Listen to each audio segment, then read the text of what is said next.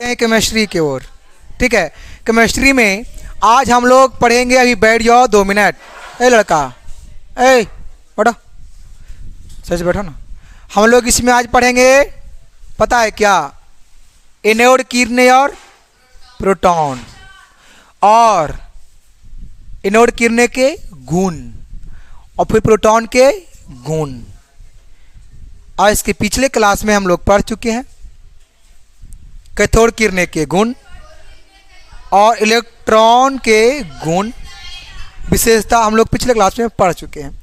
आज जो हम लोग चलेंगे और केमिस्ट्री में बहुत इंपॉर्टेंट चीज़ वाला आता है। ठीक है, जबकि साइंस के लिए बहुत ज़रूरी है, और ये सब प्रश्न 9, 10, 11, 12 अदरवाइज एग्ज़ाम के लिए भी बहुत ज़रूरी होता है। ठीक है, तो देखिए कोई भी पॉइंट है ना, ज़रूरी ये नहीं कि अगर जो पॉइंट हो रहा है तो 8 में 9 मार्क के लिए ज़रूरी है, ऐसा कोनो बात नहीं है।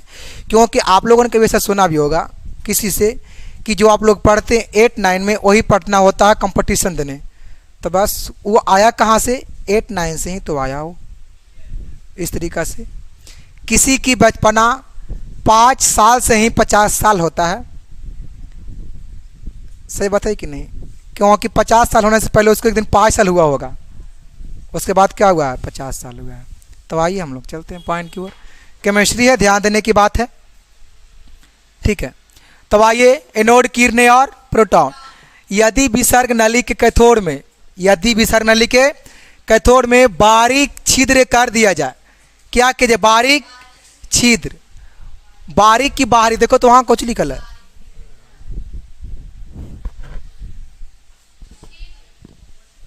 हड़बड़ा जाते हो लोग। ठीक है, बारीक छिद्र अगर कर दिया जाए तो निम्न दाब तथा अधिक विभवांतर, निम्न दाब, निम्न दाब, निम्न दाब की बात कर रहा है, निम्न दाब और अधिक विभवांतर पर विद्युत धारा को किया जाए, प्रवाहित किया जाए। क्या प्रवाहित किया जाए, विद्युत धारा अगर प्रवाहित अगर किया जाए, विद्युत धारा देखो यहां से निकलेगा, निकाल भी रहा है। देखो पॉजिटिव से कुछ हो रहा है, निकाल रहा है, नेगेटिव से कुछ हो रहा है, आ रहा है, देखो यहाँ पर ही है ना। देखो पॉजिटिव, पॉजिटिव से निकाल रहा है, पॉजिटिव देखो निकाल रहा है, और नेगेटिव से कुछ हो रहा है, देखो है ना, दिख रहा है जी। कहता है क्या, धारा प्रवाहित किए जाए तो कुछ विशेष प्रकार की किरणें, कुछ विशेष प्रकार के किरणें एनोड किरण कहते हैं। कुछ विशेष प्रकार की किरणें हैं, उसको हम लोग क्या कहते हैं, एनोड किरणें। कुछ ही कहते हैं एनोड, सही बात है, इसमें देखो नहीं है कुछ इसमें विशेष किरणें है, उसको नाम क्या है, एनोड। एनोड मतलब वो किधर से निकल रहा है, पॉजिटिव से निकल रहा है। वो कहाँ से निकल रहा है किरणें, वो पॉजिटिव से, देखो ना निकल रहा है पॉजिटिव किरणें। अब कहता है कि चूंकि ये किरणें धन आवेश है, मैंने बताया तो यार, इस पर चार्ज क्या है, पॉजिटिव है, अतः इन्हें धन किरणें भी कहते हैं। जी हाँ, क्योंकि वो धन से निकल रहा है तो क्या कहेंगे, धन किरणें। क्या कहेंगे, धन किरणें कहेंगे, है ना, जैसा कि इसमें दिख रहा है। अब देखिए उसके बाद में क्या कहता है, एनोड किरणें के गुण की बात कर रहा है, एनोड किरणें के गुण। ये देखिए एनोड किरणें के गुण है। देखिए पहला गुण में क्या है, कहता है एनोड किरणें सीधी रेखा में, परंतु कैथोड किरणें विपरीत दिशा में।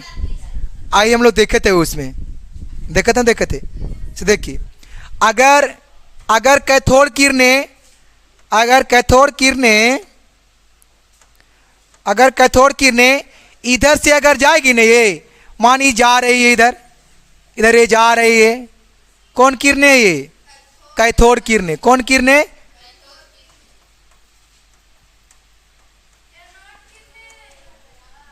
मान रहे हैं जहाँ, बाकी तो अब जहाज भी करवा दीजिए, वो कहीं न कहीं उल्टा ही होगा, है कि नहीं।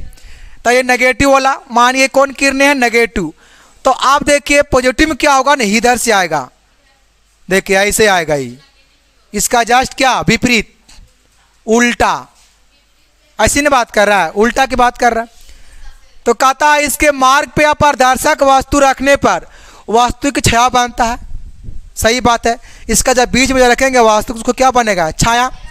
हम लोग अभी देखे थे पिछले वीडियो में छाया कैसे बनती है, देखे थे कि देखे थे,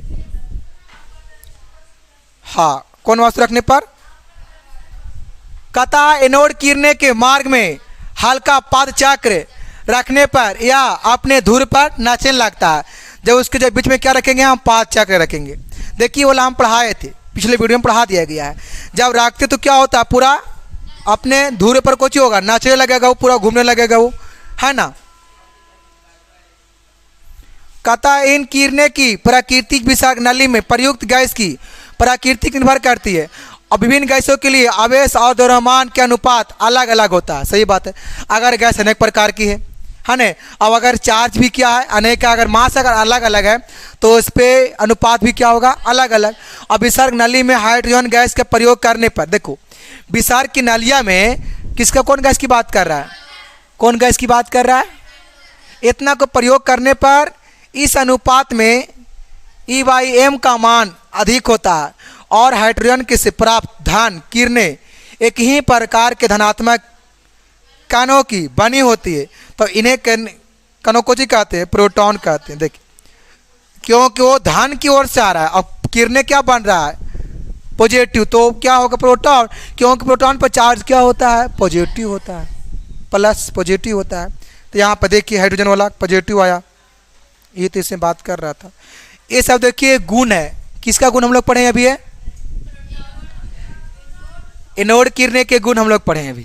क्या पढ़े, एनोड किरणें के गुण, इसमें गुण रहा।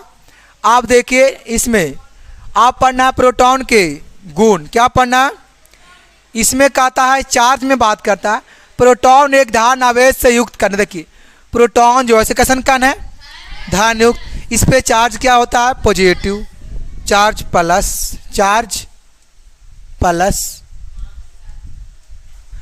कहता है इसका आवेश इलेक्ट्रॉन के आवेश के बराबर होता है।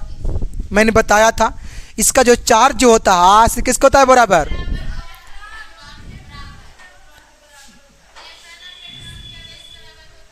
होता है।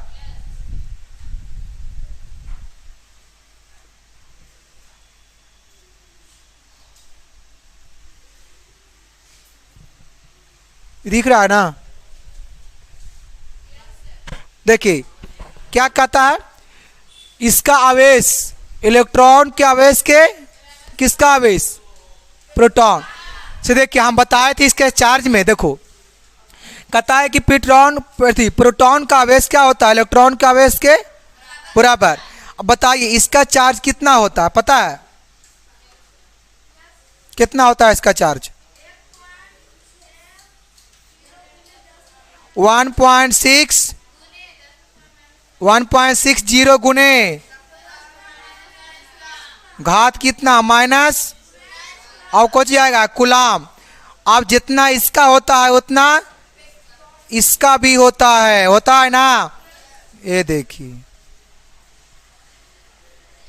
तो कहीं न कहीं क्या है, बराबर है, कहीं न कहीं क्या है, बराबर है।